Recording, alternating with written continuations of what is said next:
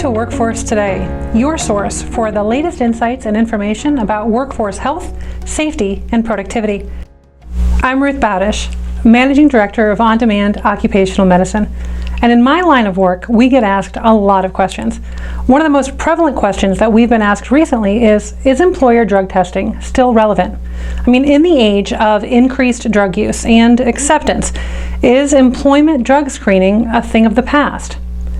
In order for us to answer that question, we are going to look at the past. As they say, if you don't learn from history, you are doomed to repeat it. And so for us to have this conversation about employment drug testing, we're going to go back in time.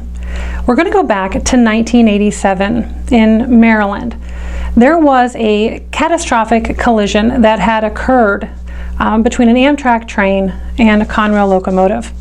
16 individuals were pronounced dead that day, and another 174 injured, many of them permanently injured with neurological disorders or loss of limb, loss of use of limb.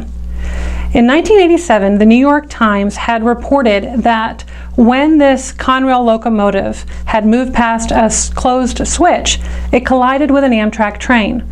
The Amtrak train was going about 120 to 125 miles per hour. There was no way that it could have stopped. Now, working in the safety industry, I think it's safe to say that no matter how careful we are and no matter how many steps we take, accidents are going to happen. And I would love to tell you that this accident happened because of a miscommunication or a faulty switch, even a health emergency. But that's not what happened. Federal railroad officials said that the two men operating a 3-car Conrail train had used marijuana before the fatal accident.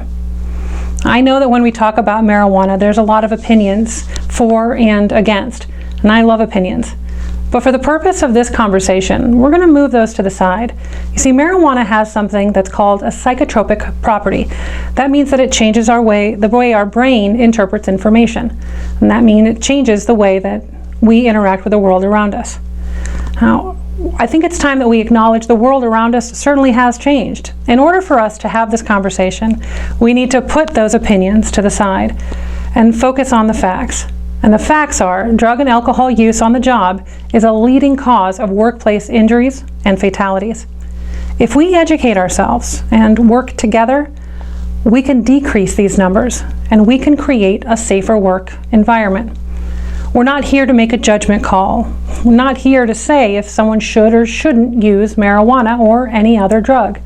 What we are here to say is that it's all of our responsibilities to create a safe work environment where individuals get to go home in the same manner that they started their shift.